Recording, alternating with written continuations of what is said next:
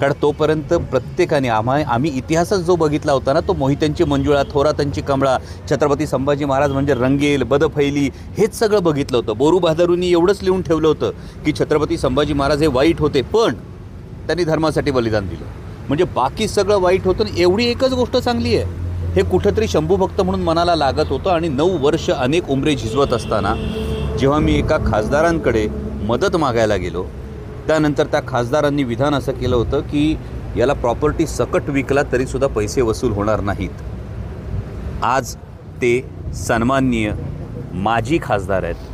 हा कदाचित नियतीचा काव्यगत आपण न्याय म्हणू शकतो, पण हा जो सगळा संघर्ष आहे, या संपूर्ण टीमने केलेला संघर्ष असेल, यातल्या अनेक घटकांनी दिलेली साथ असेल, आणि सगळ्यात महत्त्वाचं म्हणजे वर्षानुवर्ष छत्रपती संभाजी महाराजांची प्रतिमा मलिन करण्याचा प्रयत्न अनेकांनी केल्यानंतरही मायबाप जनतेनं छत्रपती संभाजी महाराजांना काळजाच्या कप्प्यात जपून ठेवलं होतं. हे बघितलं आहे. काय झालं, हे सुद्धा पुन्हा दुसरा एक खोटेपणा आहे.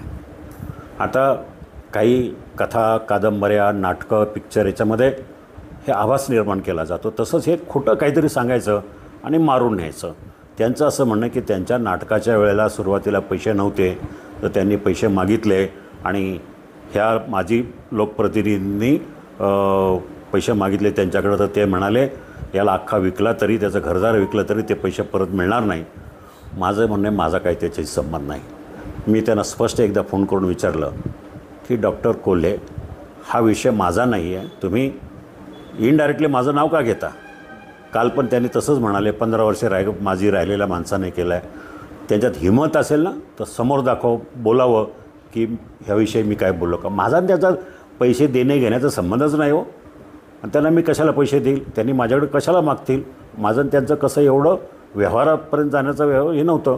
आज आहे त्यांच्याकडे काही उद्योगपती किंवा काही असतील, त्यांच्याकडनं त्यांचं काय झालं असेल.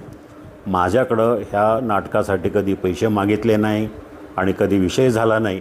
फक्त कुठंतरी लोकांची सहानुभूती मिळवायची. बघा, आढळराव असे म्हणाले, मला विलन करण्यासाठी, निवडणुकीमध्ये फायदा मताच्या माध्यमातून मिळवण्यासाठी एखाद्याला बदनाम केलं तरी चालेल, पण उगाच आपला काहीतरी टेंभा मिरवायचा असा त्यांचा प्रयत्न आहे.